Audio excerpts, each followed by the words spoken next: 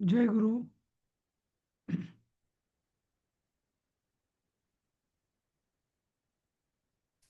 जय गुरु. अं, ठीक आहे. जय मी गुरु. सगळे आल्यावर जय गुरु. सगळ्यांना आल्यावर विचारेन मी की सगळ्यांकडे ती गीता पाठावली आता आलेली आहे ना, म्हणजे त्यात काही खूप दिलेलं आहे असं मला वाटत नाही, पण आहे ना सगळ्यांकडे ती. माझ्या नोट्स मला पाठवायच्यात अजून. आहे, मी आहे. पाठवेन. हां हां, ठीक आहे. जय हो गुरु. सर. हां, जय गुरु. तर मी दीपाली बोलतीये. हां, बोल दीपाली. मला ना सर म्हणजे मी बरेचसे रेकॉर्डिंगच ऐकते, त्यामुळे माझा एक डाऊट राहून गेला. हं, तिसरा जो श्लोक आहे ना या चतुर्थ अध्यायामधला, तो हं. जरा एकदा बघाल का? मला त्याच्यात एक प्रश्न होता. अच्छा, ठीक आहे. सॉरी, मी सगळ्यांना थोडस मागे घेऊन जाते. हां, बोल. हा तिसरा श्लोक आहे समोर. हा, तिसऱ्यामध्ये आपण असं पाहिलं ना की रहस्य आहे हा आणि तो सांगतोय अर्जुनाला, बरोबर? तेव्हा हं, तुम्ही अर्थ सांगताना असं म्हटलं होतं की हे जे ज्ञान देतोय कर्मयोगाचं श्रीकृष्ण अर्जुनाला, ते एक रहस्य आहे. आणि रहस्य म्हणजे काय, तर त्याचा बाजार मांडला नाही पाहिजे, ते सत्पात्री द्यायला पाहिजे, अयोग्य माणसाला नाही द्यायला पाहिजे, बरोबर? आणि गुप्त हं. म्हणजे जे स्वतःपाशीच ठेवतो ते. तर बरोबर. माझा असा प्रश्न होता की हे श्रीकृष्णाने अर्जुनाला सांगितलं, पण हं. श्रीकृष्णाने अर्जुनाला सांगितलं, पण तसं तिथे संजय धृतराष्ट्राला सांगतो, किंवा आपल्याला आता सगळ्यांना माहिती आहे, तर मग हे रहस्य नाहीये ना आता?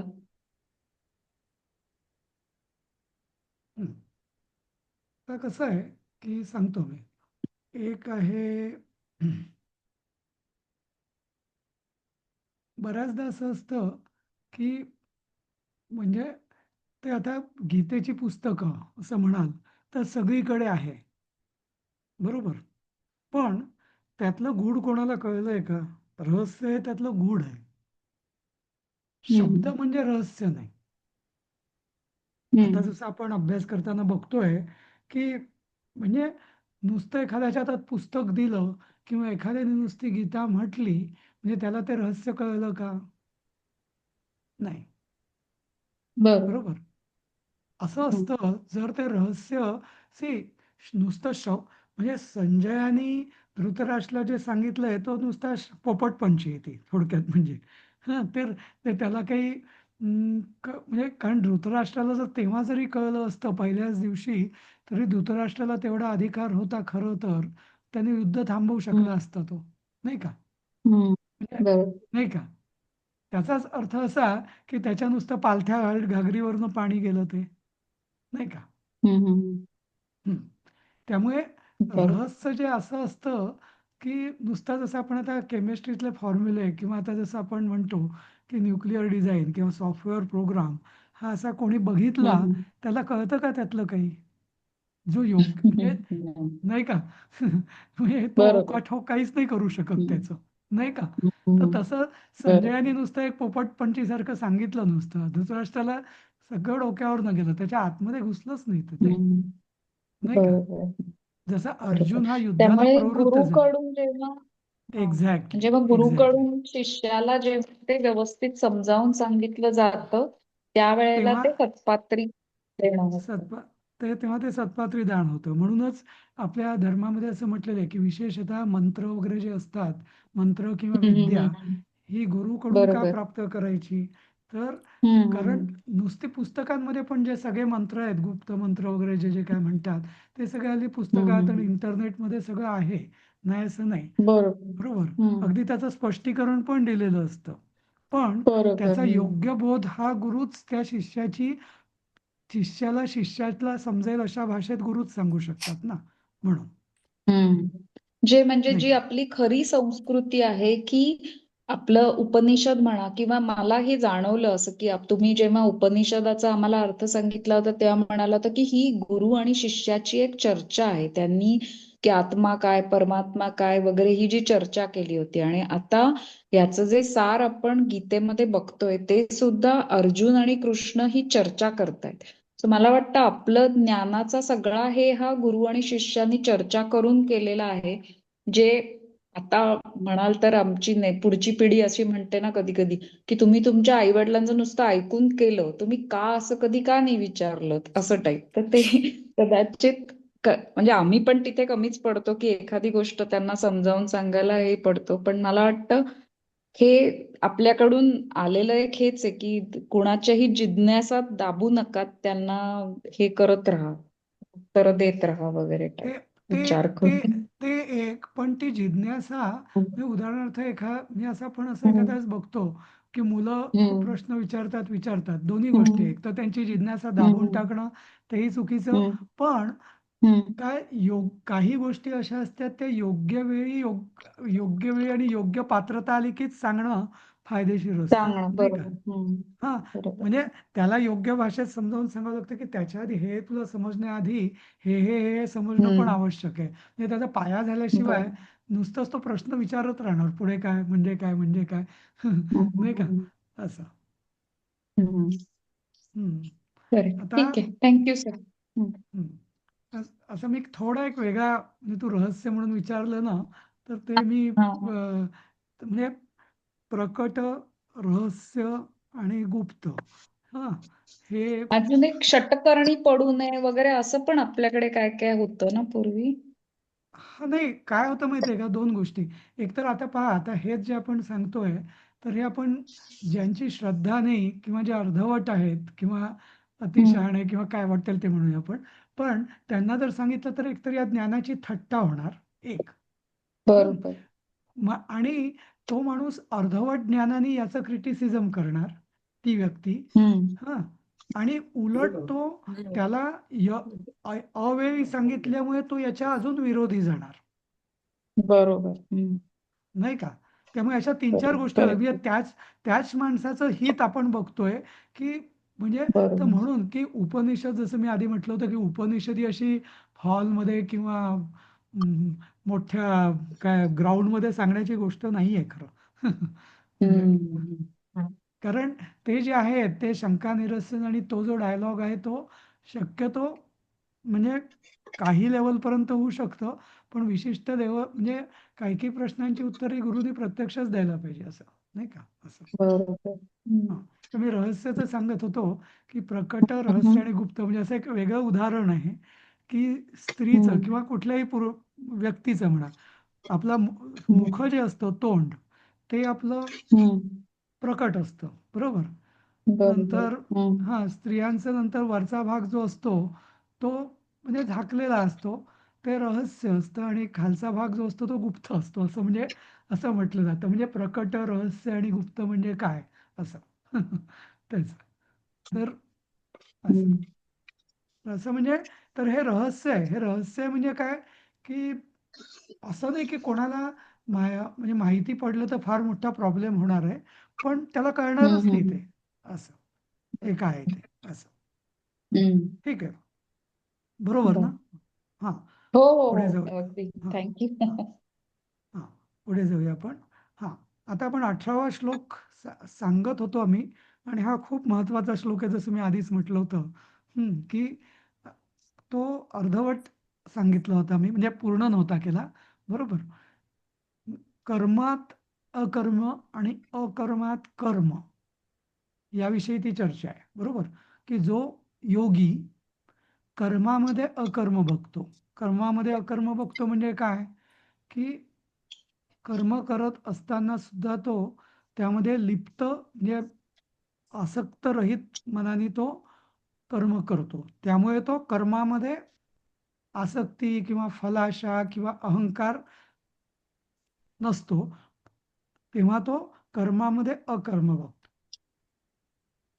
हे एक मी उदाहरण दिलं होतं. दुसरं, मी अकर्मामध्ये कर्म बघतो याचं एक उदाहरण दिलं होतं. अजून दोन मला द्यायची आहेत, की मनुष्य स्वस्थ बसतो, पण तरी त्याची मानसिक क्रिया सुरू असते, वाचिक क्रिया पण कधी कधी सुरू असते. मग ती म्हणजे कर्म करतच असतो तो, म्हणायला तो अकर्म आहे. मी तर आता म्हणजे सगळं सोडलेलं आहे असं म्हणतात बरेच लोक, नाही का, मी आता कशातच नाही, पण तरी त्यांचं मनामध्ये, वाणीनी सगळं त्यांचं कर्मच सुरू असतं, फक्त शरीराने नाही, नाही का. तर ते झालं अकर्मात कर्म, ते निगेटिव्ह अर्थाने.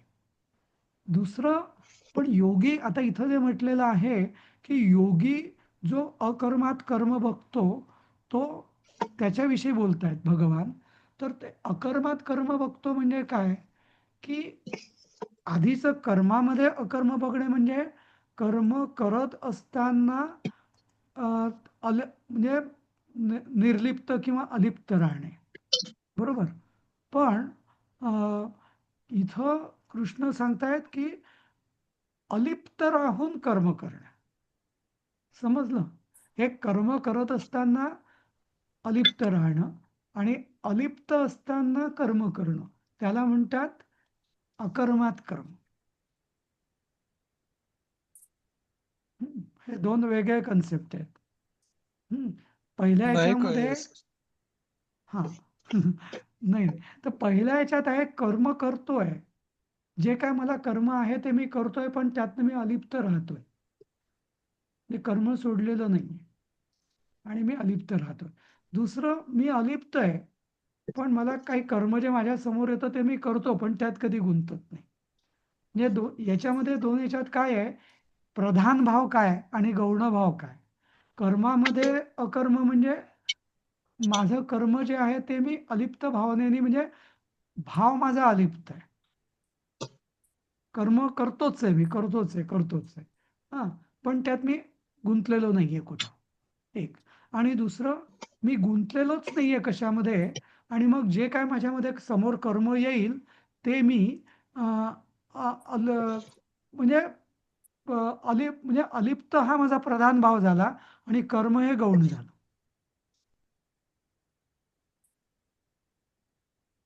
लक्षात येत आहे का?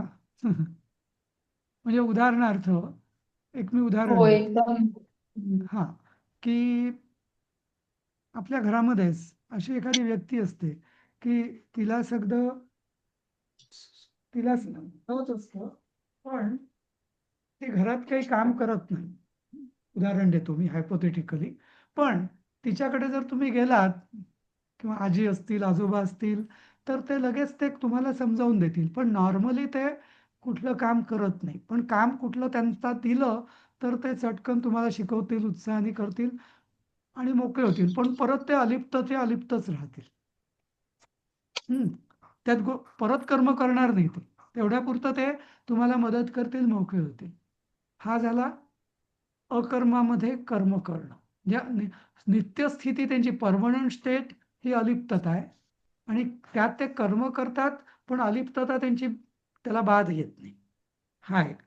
दुसरं, एखादी व्यक्ती कर्म करत असते सतत, सगळं म्हणजे एखादी गृहिणी म्हणा, सगळं स्वयंपाक वगैरे करत असते, करत असते, पण त्यामध्ये ती कशातही गुंतलेली नसते. उदाहरणार्थ, हा, अलिप्त भावनेने करत असते. लक्षात आलं की इथं प्रधानत्व कर्माचं आहे. म्हणजे उदाहरणार्थ, आता बरं, मी आता मोदींचं उदाहरण देईल मी. उदाहरणार्थ, एवढं जगात म्हणजे आपल्या देशाचा पूर्ण राज्यकारभार ते हाकतायत, उदाहरणार्थ. पण तो माणूस कशातही गुंतलेला नाहीये, नाही का.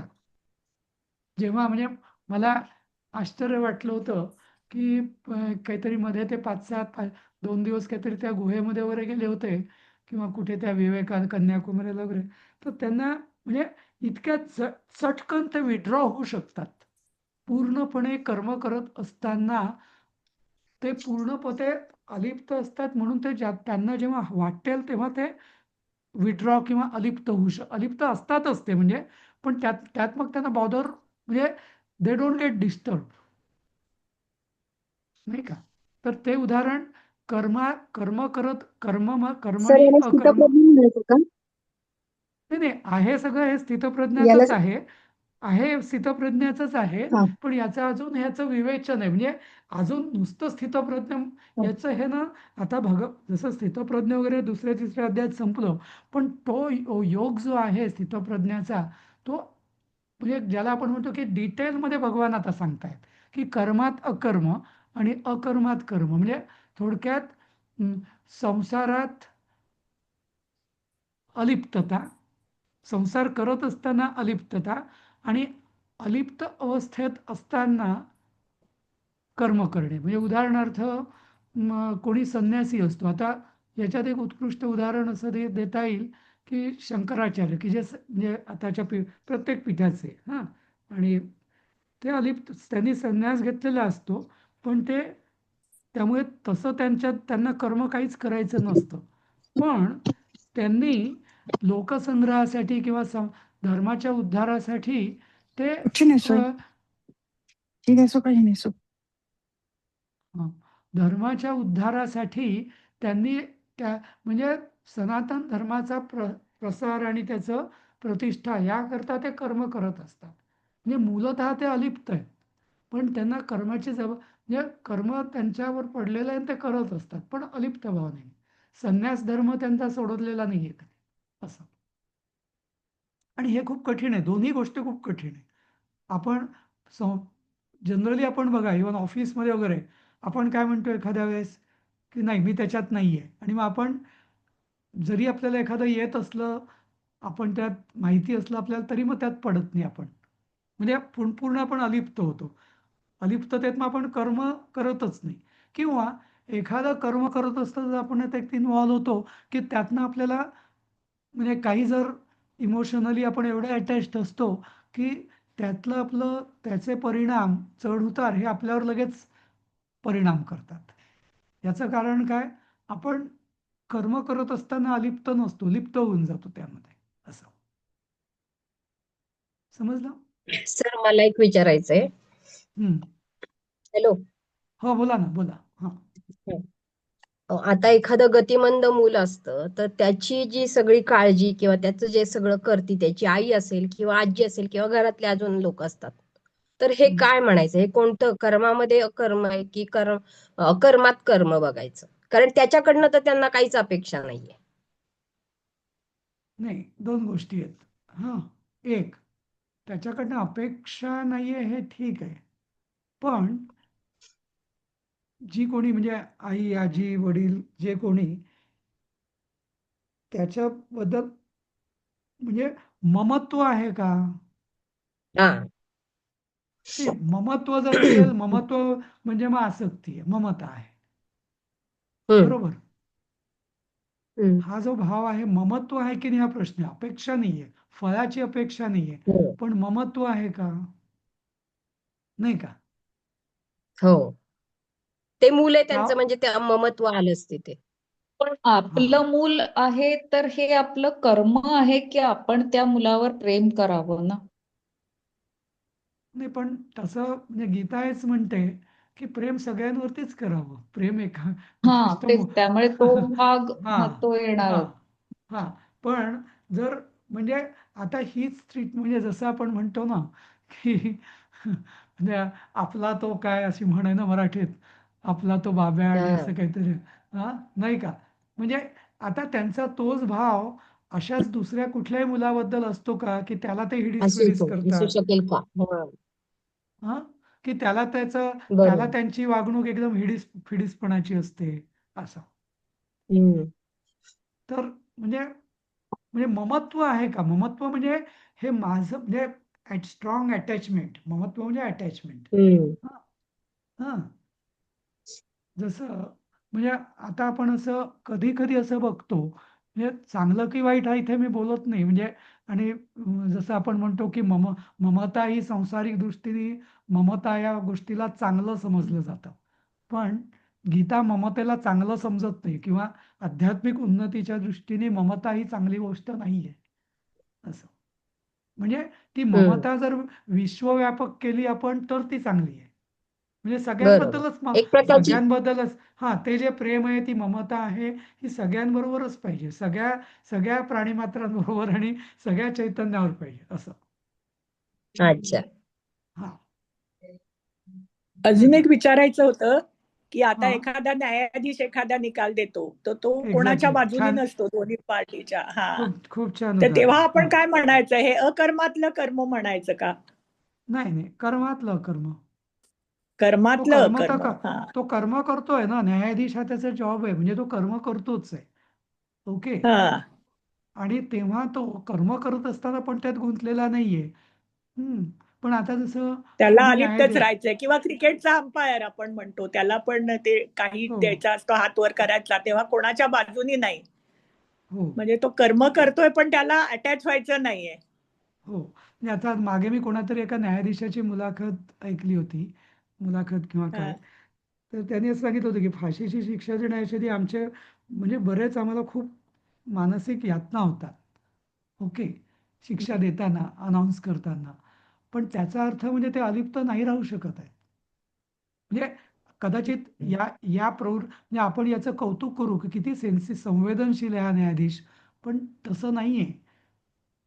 तो कर्म करत असताना त्यांनी अलिप्त राहायलाच पाहिजे, नाही का? हम्म, हम्म, हम्म. अदरवाईज ही इज म्हणजे there is every possibility that he will be biased in future, नाही का?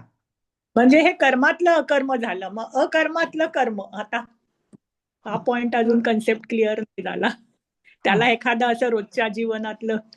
हा नाही मी आता आधी उदाहरण एक दिलं होतं ना, की एखाद्या व्यक्तीवर एखाद्या म्हणजे घरातले आजी आजोबा जसे, हा हां, तर ते मी जे उदाहरण दिलं होतं, की त्यांचं ते काम नाही आहे. त्यांनी आता जबाबदारीतनं ते निवृत्त झालेले आहेत.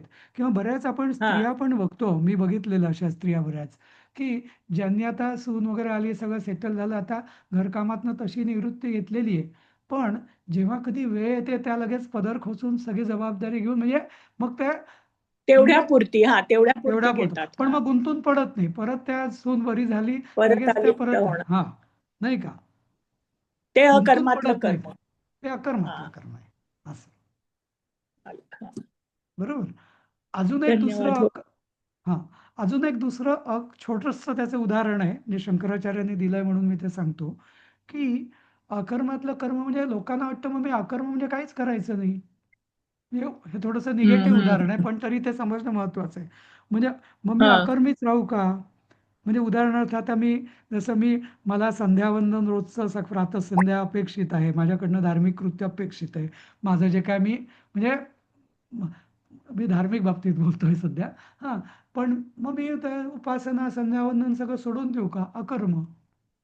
हा, हां, अकर्म सगळं म्हणजे काहीच हां. करायचं नाही, हा सोडूनच काहीच द्यायचं. करायचं नाही. मग त्याला शंकराचार्यांचं उत्तर असं आहे, की नाही असं नाही. जी नित्यकर्म, संध्याकर्म, स्नानकर्म, हां, देवपूजा म्हणजे धार्मिकदृष्ट्या मी म्हणतो, या सगळ्यांचा हा अंतर्भाव हां, किंवा पितृतर्पण, ऋषीतर्पण वगैरे, वगैरे. तर या सगळ्यांचा अंतर्भाव नित्यकर्मात होतो. तर नित्यकर्म म्हणजे काय, की जी कर्म केली तर त्याचं काही फळ नाहीये. काल पण मी सांगितलं होतं परवा आधीच्या वर्गात. नित्यकर्म म्हणजे ज्याचं केलं तर काही फळ नाहीये. ते कर्तव्यच आहे. कारण you are suppose to do that. जसं आपण रोज अंघोळ करतो आणि दात घासतो, त्याने काही आपण धष्टपुष्ट होणार नाही होत. पण ते न केलं तर मात्र आपल्या शरीरात रोग येतील. म्हणून आपल्याला म्हणजे स्वच्छ राहिलो नाही तर, नाही का?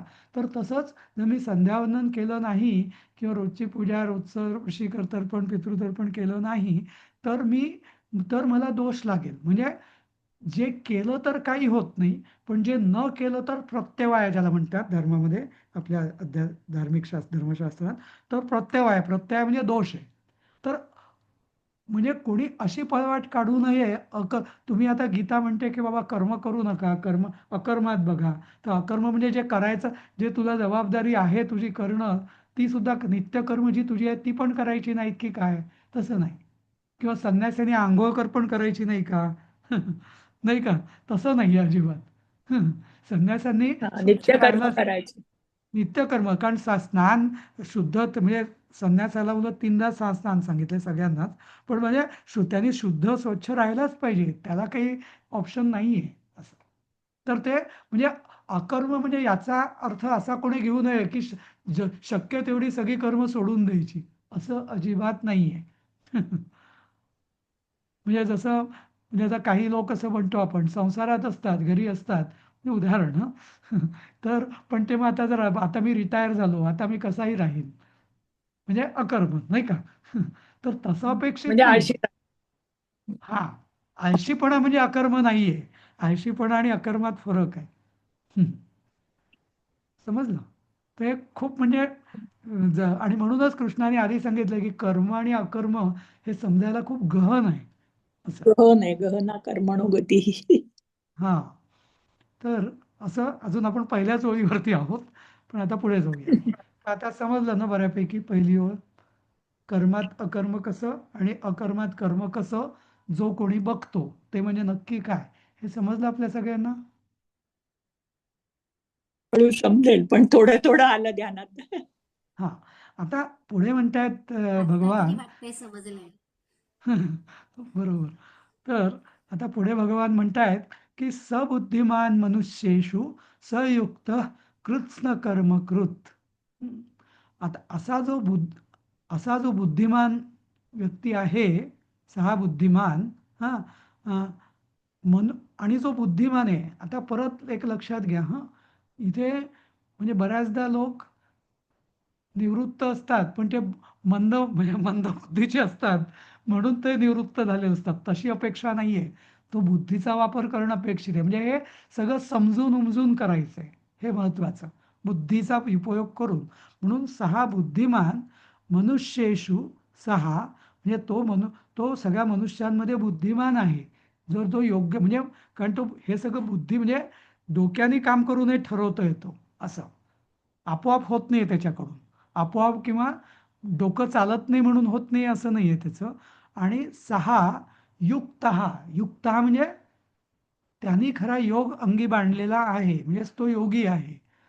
आणि कृत्स्न कर्मकृत. कृत्स्न कर्मकृत हा पण परत एक शब्द गोंधळाचा आहे आणि शब्दशः अर्थ घेतला तर खूप गोंधळ होईल या वाक्याचा.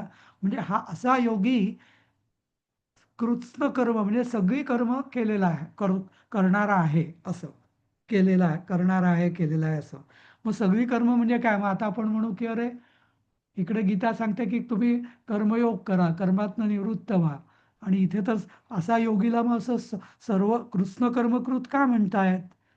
तर याचं असं म्हणजे भगवान कृष्णांना असं म्हणायचंय की असा जो योगी आहे तो आता सगळं त्याचं कृतकृत्य आहे तो. आता त्याला काही करणं शेष नाहीये. कृत्स्न म्हणजे संपूर्ण कर्म आता त्याची झालेली आहेत त्याच्याकडून. आता त्याला कशाच्या कर्तव्याची त्याच्याकडून सगळं कृतकृत्य झालेलं आहे तो. आता त्याचं काही कोणाला ना देणं आहे ना घेणं आहे, असा तो ज्याला आपण पोचलेला म्हणतो असं आहे. तर या अर्थाने कृत्स्न कर्मकृत हा शब्दशः याचा अर्थ होतो की संपूर्ण सगळी कर्म करणारा. पण सगळी कर्म करणारा नव्हे, तर आता त्याच्यातनं सगळं झालेलं आहे आता त्याचं, असं आहे तो. समजलं? हं? पुढे जाऊया. ठीक आहे. सर यस्य परत सांगा, काहीच नाही कळलं. पहिली ओळ नाही, आता दुसरीच ओळ सांगेन मी. पहिली तर झाली आपली, हो, दुसरी पुन्हा एकदा दुसरीच. सांगतो. हा, तर असा बुद्धिमान मनुष्य, असा बुद्धिमान सगळ्या मनुष्य मात्रांमध्ये योगी आहे आणि त्याची सगळी करावयाची कर्म पूर्ण झालेली आहेत असं. आता काही त्याच्याकडनं काही कर्तव्य वगैरे काही शेष नाहीये असं. कोण? की जो कर्मामध्ये अकर्मता किंवा अलिप्त भावनेने कर्म करतो सगळी, आणि जो अलिप्ततेमध्ये पण कर्म बघतो, असा योगी असा असतो तो बुद्धिमान. सगळ्या मनुष्यांमध्ये बुद्धिमान आहे, तो योगी आहे आणि त्याची सगळी कर्म सगळं करायचं त्याचं झालेलं आहे असं. हा, खूप म्हणजे 2 ओळींमध्ये खूप ठासून अर्थ भरलेला आहे या, पण आहे आता. समजलं? हो सर.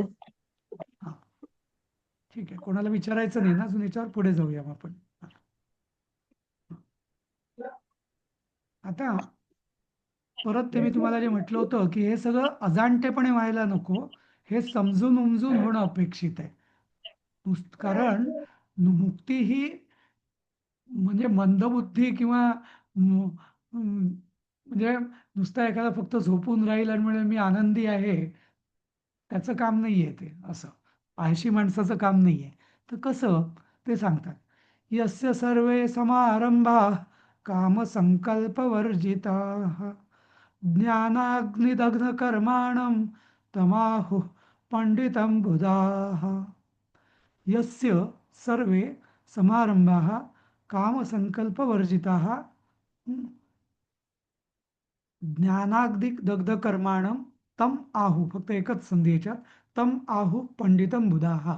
त्याचा अर्थ काय की यस्य म्हणजे ज्याचे, हां म्हणजे ज्याची सर्वे समारंभाः म्हणजे ज्याची सगळी समारंभ म्हणजे स आरंभ म्हणजे कारण कुठल्याही कर्माला सुरुवात असते आणि शेवट असतो, बरोबर.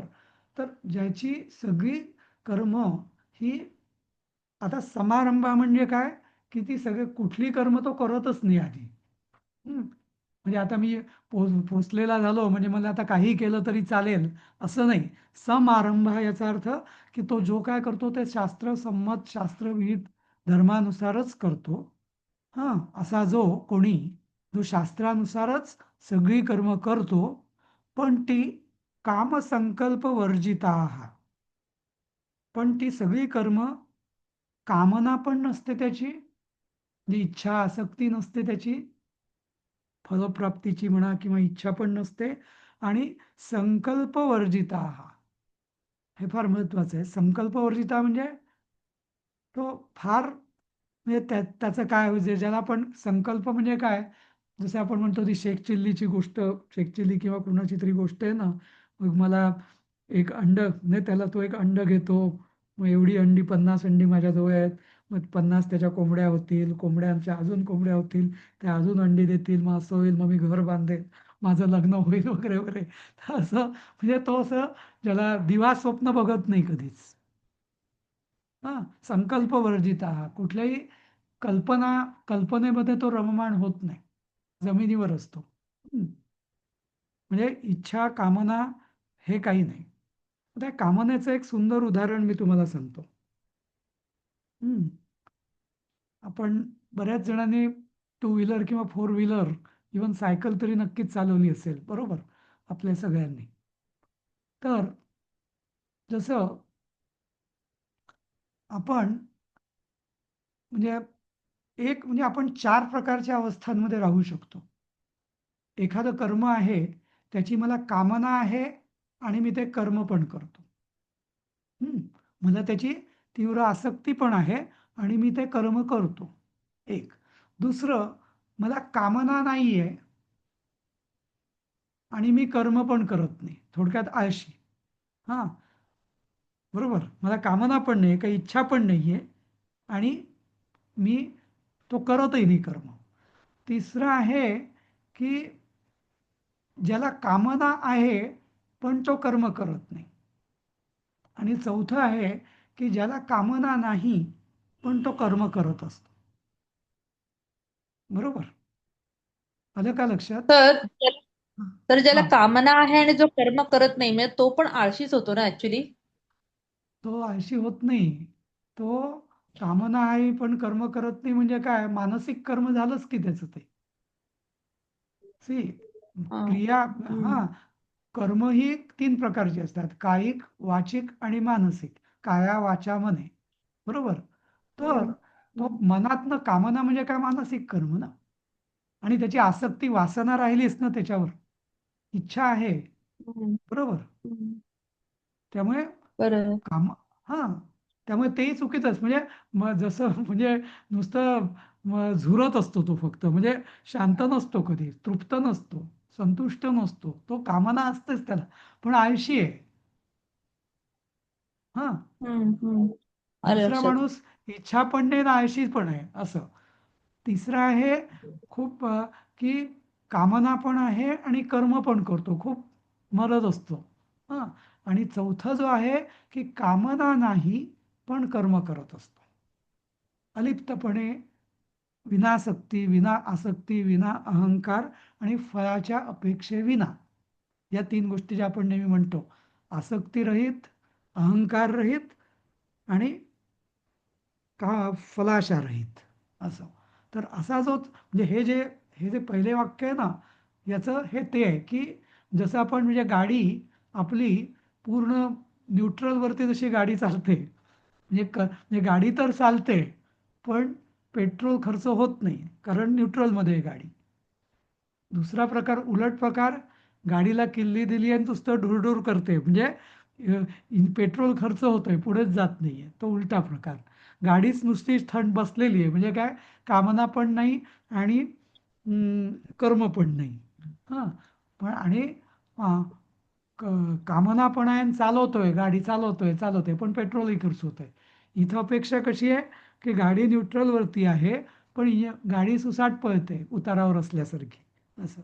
तर असा जो व्यक्ती की ज्याची कामना रहित, पेट्रोल खर्च होत नाहीये, पण गाडी सुसाट पळते, म्हणजे कर्म होत आहेत पण आसक्ती नाही, कशात गुंतलेला नाहीये, असं.